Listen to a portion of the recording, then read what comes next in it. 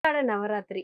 அதுவும் ஆஷாட நவராத்திரின்னு சொல்லும்போதே எல்லாருக்கும் ஞாபகம் வருது. வராகி அம்மன் தான் கண்டிப்பா. ஞாபகம் வருவாங்க. வராகி அம்மனுக்காக ஆனி மாதத்தில் நடத்தக்கூடிய நவராத்திரி, அதாவது ஆஷாட நவராத்திரி. அப்படின்னா என்னங்கிறத மக்களுக்கு தெளிவா சொல்லுங்களேன். ஓகே. ஆஷாடன நவராத்திரினாவே நீங்க சொன்ன மாரி வராகி தேவியோடைய அம்சம். அவங்கள நினைச்சு, அவங்களுக்காக நம்ம பூஜை பண்றது தான் நவராத்திரி. வருஷத்துக்கு 4 நவராத்திரிகள் இருக்கு. அந்த ஒரு இதுல ஒரு ஒரு நவராத்திரி ஆஷாடன நவராத்திரி. இது ரொம்ப விசேஷமானது. சரி, இது எதுக்காக இது பார்த்தீங்கன்னா, விசேஷம்?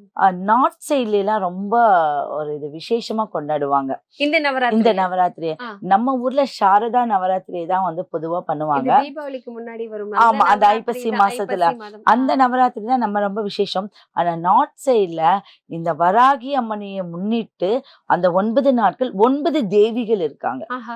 அந்த 9 தேவிகளுக்கும் ஒவ்வொரு திதிகள் கணக்கிது. ஓகே. அப்ப ஆனி மாசத்துல என்னெல்லாம் விசேஷம் வருது அப்படின்னு பார்த்தீங்கன்னா, உத்தராயண காலம் முடிவு. ஆனி ஓ. மாசத்துல உத்தராயண காலம் முடிவு.